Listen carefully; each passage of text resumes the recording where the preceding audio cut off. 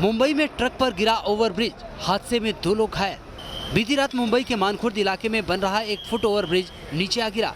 गनीमत रही कि इस हादसे में किसी की जान नहीं गई। हालांकि हादसे में 2 लोग घायल हो गए। पुलिस के मुताबिक रात करीब 2 बजे एक बड़ा कंटेनर फ्लाईओवर का पार्ट लेकर ओवरब्रिज के नीचे से गुजर रहा था। तभी कंटेनर का ऊपरी हिस्सा ब्रिज से टकरा गया और ब्रिज का लोहे का ढांचा कंटेनर पर गिर गया। इस हादसे में घायल दोनों लोगों को रजवाड़ी अस्पताल में भर्ती कराया गया है। ब्रिज के नीचे 2-3 गाड़ियां भी दब गई। पश्चिम बंगाल के आसनसोल में भीषण आग से अफरा तफरी मच गई। आग एक फर्नीचर फैक्ट्री में लगी, जिसने देखते ही देखते पूरी फैक्ट्री को अपनी चपेट में ले लिया और पूरे इलाके में फैल गई आग की लपटें। इस भयंकर आग की वजह से लाखों का सामान जलकर खाक हो गया। हालांकि गनीमत रही कि इस आग में कोई हताहत नहीं हुआ।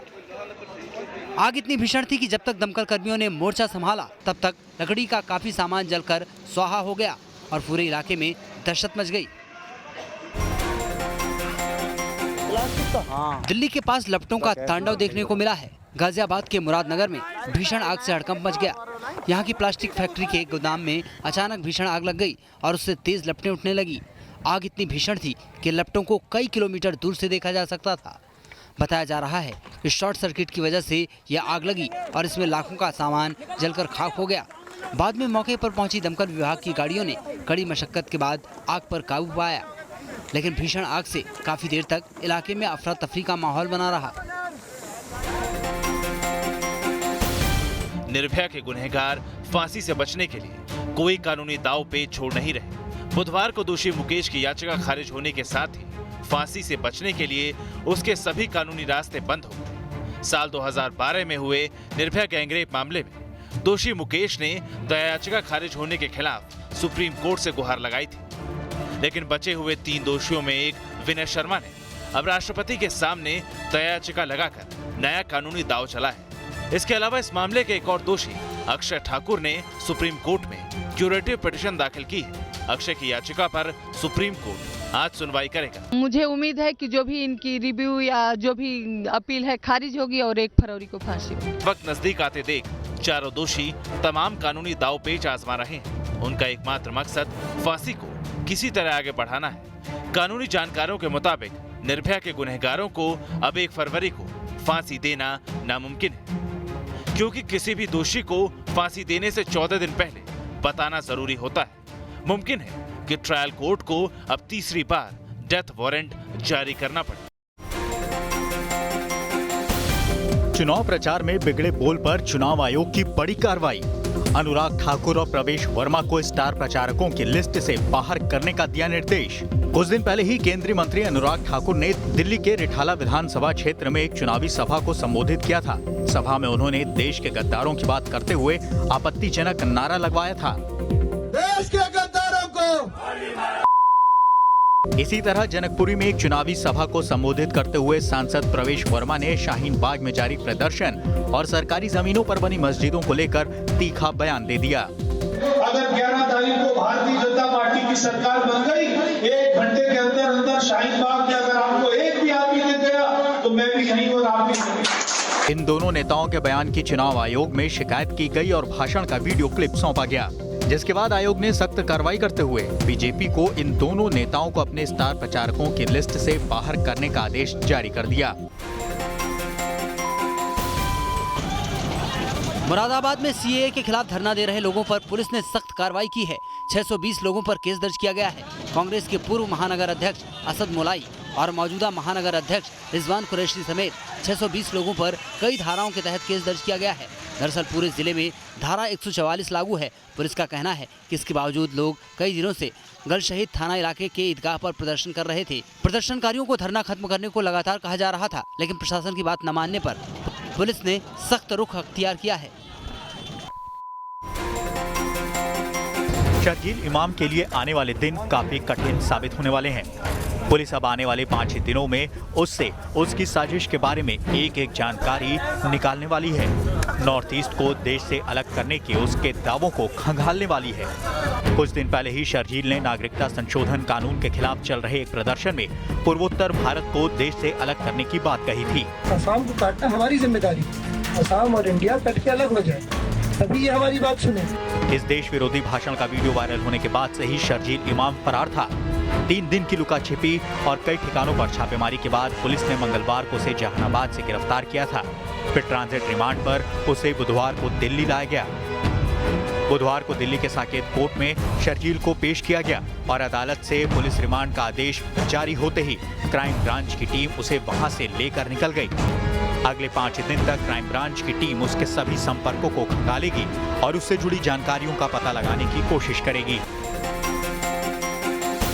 डॉक्टर कफील खान 12 दिसंबर को नागरिकता कानून का विरोध करने के लिए अलीगढ़ मुस्लिम यूनिवर्सिटी पहुंचे थे, लेकिन सीए पर बोलते बोलते शालीनता की हदें भूल गए और शिक्षा के आंगन में भ्रम फैलाने की कोशिश की। कफील के इसी भाषण के बाद उनके खिलाफ शिकायत दर्ज कराई गई और 48 दिन बाद मुंबई से गिरफ्तार कर लिया।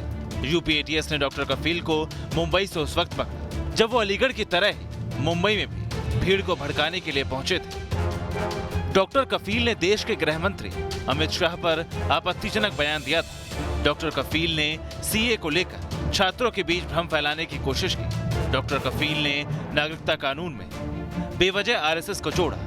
डॉक्टर कफील पर आरोप है कि उन्होंने शांति भंग करने का प्रयास किया। बताया जा रहा है कि डॉक्टर कफील मुंबई बाग में महिला प्रदर्शनकारियों से मिलने वाले थे ताकि उन्हें विरोध प्रदर्शन करते रहने के लिए उकसाया जाए। हालांकि उनके मंसूबे धरे रह गए।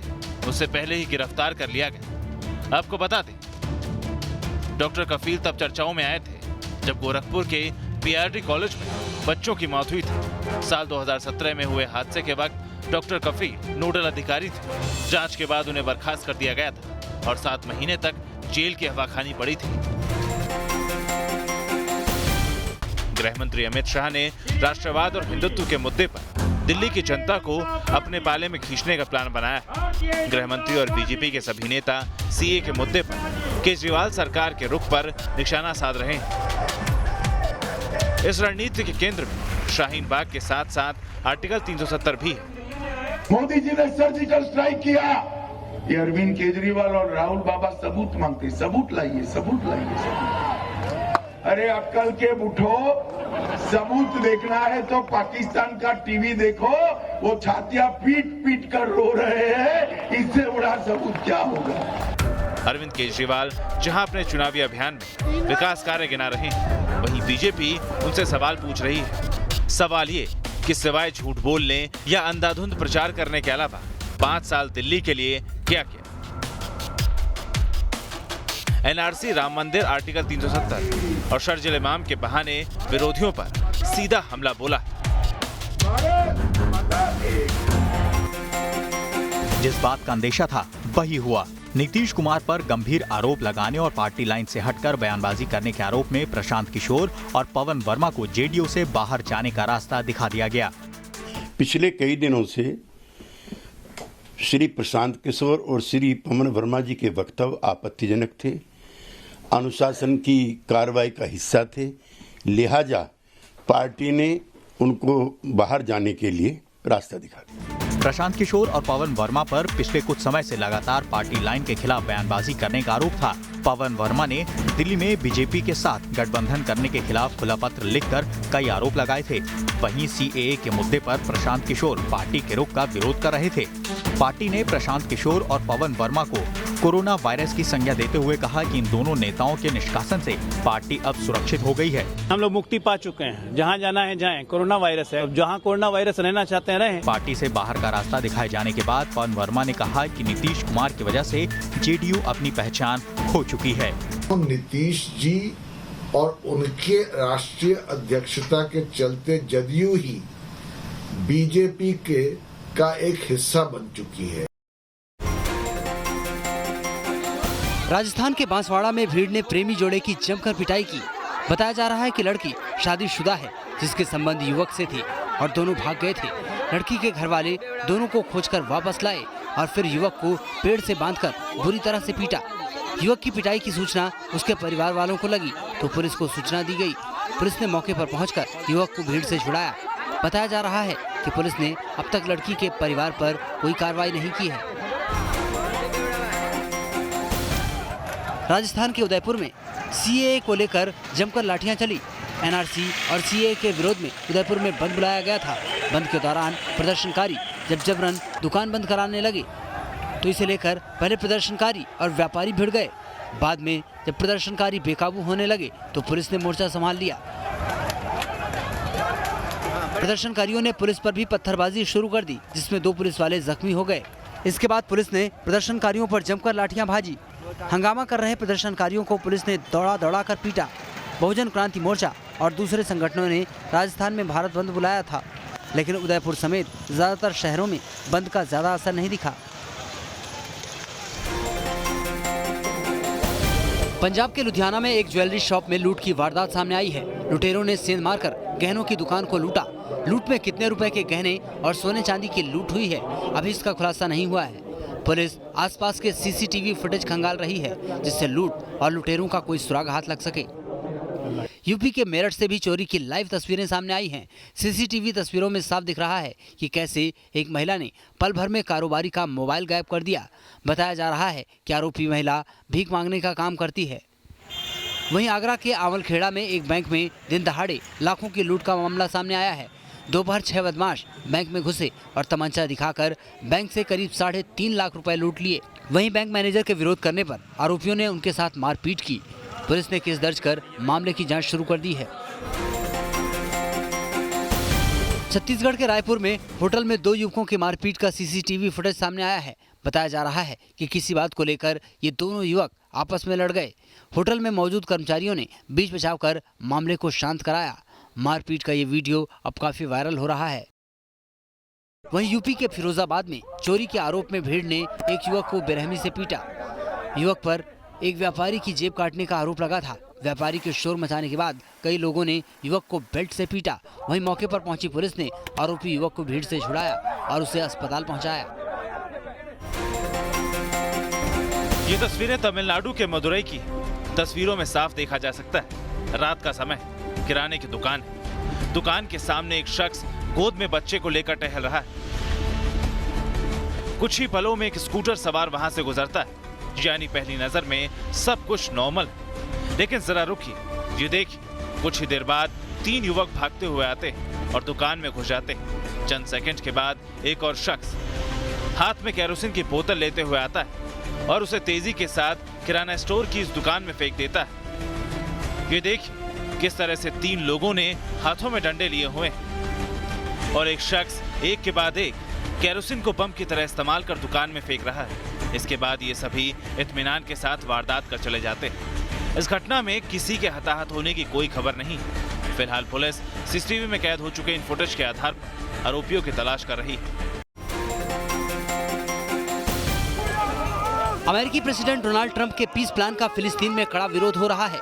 फिलिस्तीन की सड़कों पर हजारों की संख्या में लोग उतरे और ट्रंप के मिडिल ईस्ट प्लान के खिलाफ प्रदर्शन किया। प्रदर्शनकारियों ने ट्रंप और नेतन्याहू की तस्वीर वाले ताबूत के साथ प्रदर्शन किया और कई जगह आगजनी भी की। बता दें कि ट्रंप ने इजराइल फिलिस्तीन विवाद खत्म करने के लिए मिडिल ईस्ट प्लान पेश किया है। ट्रंप ने 2 राष्ट्र का समाधान दिया और यरूशलेम को इजराइल की अविभाजित राजधानी बनाने का प्रस्ताव रखा। इजराइल ने इसे ऐतिहासिक बताया है। वहीं फिलिस्तीन ने ट्रंप के इस फॉर्मूले को सिरे से खारिज कर दिया है और वहां अब लगातार प्रदर्शन हो रहे हैं। आसमान से बरसी मूसलाधार मुसीबत और पेरू हो गया पानी पानी।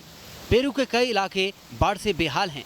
भारी बारिश से सड़कों पर मानो दरिया उतर आया है।